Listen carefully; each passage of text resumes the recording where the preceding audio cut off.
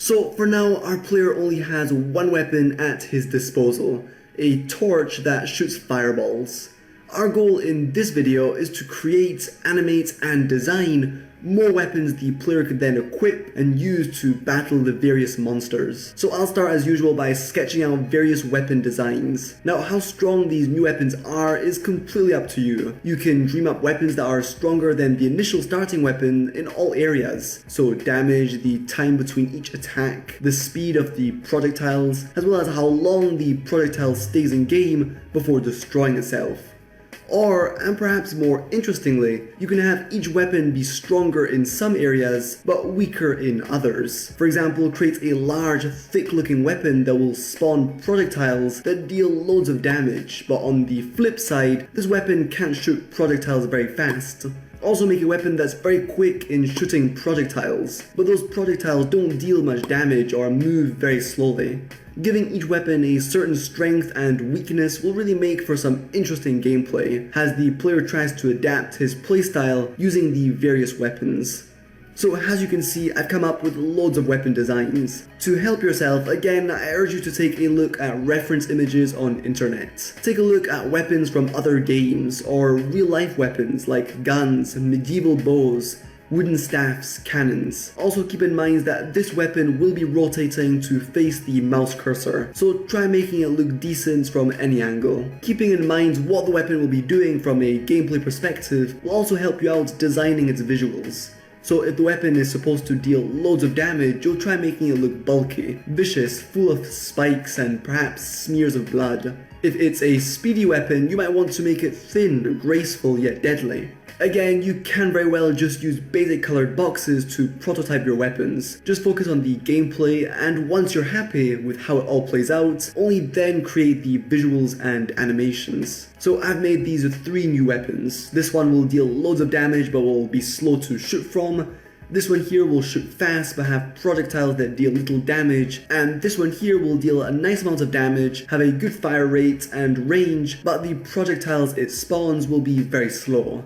So 3 really unique weapons, each with their own strengths and weaknesses. Of course, I now need to make 3 unique projectiles for each weapon. Again, I'm sticking to my fire theme. Each weapon will shoot blazing fireballs. I'm simply changing the shape of each fireball. So for the first weapon, I'll make a spiky fireball. For the fast weapon, I think a diamond-shaped fireball would look cool. And for the last weapon, perhaps a twirly-shaped fireball would be fun. I can now export into Unity these 3 new weapons and projectiles, and you know the drill. I'll turn the sprite mode from single to multiple, hit the apply button down here, and head over into my sprite editor. Here I'll slice up my weapons and projectiles, turning each one into an individual sprite. I'll then drag and drop this weapon into the scene view. At this point, you can, if you like, animate your weapon. I'm not going to do so for this weapon. It will look fine without an animation. Instead, I'll add to it my weapon script made in section 1 with Liam. As I said before, I want this weapon to be slow in shooting projectiles. 1 second between each shot should do the trick. I'll now make an empty game object called shot pose, place that at the tip of my weapon and parent it to that weapon, so that when I move or rotate the weapon, the shot pose will move and rotate with it. I'll then drag and drop that shot pose inside of that shot pose empty slot inside of the inspector. Now I can drag and drop the projectile related to that weapon, add a 2D box collider to it set to trigger, as well as the projectile script. Basically the exact same components as with the first projectile. I'll give this projectile a speed of say 70, a lifetime of 0.5, and then a damage of 3, which makes for a pretty powerful projectile. I'll now turn the projectile into a prefab, as well as my second weapon, and then delete those from the scene view. I won't forget, of course, to drag and drop my second projectile inside of that projectile empty slot for my new weapon. Let's test this out now. I'll delete my first weapon, drag and drop my second weapon next to the player, parent that weapon to the player and hit play.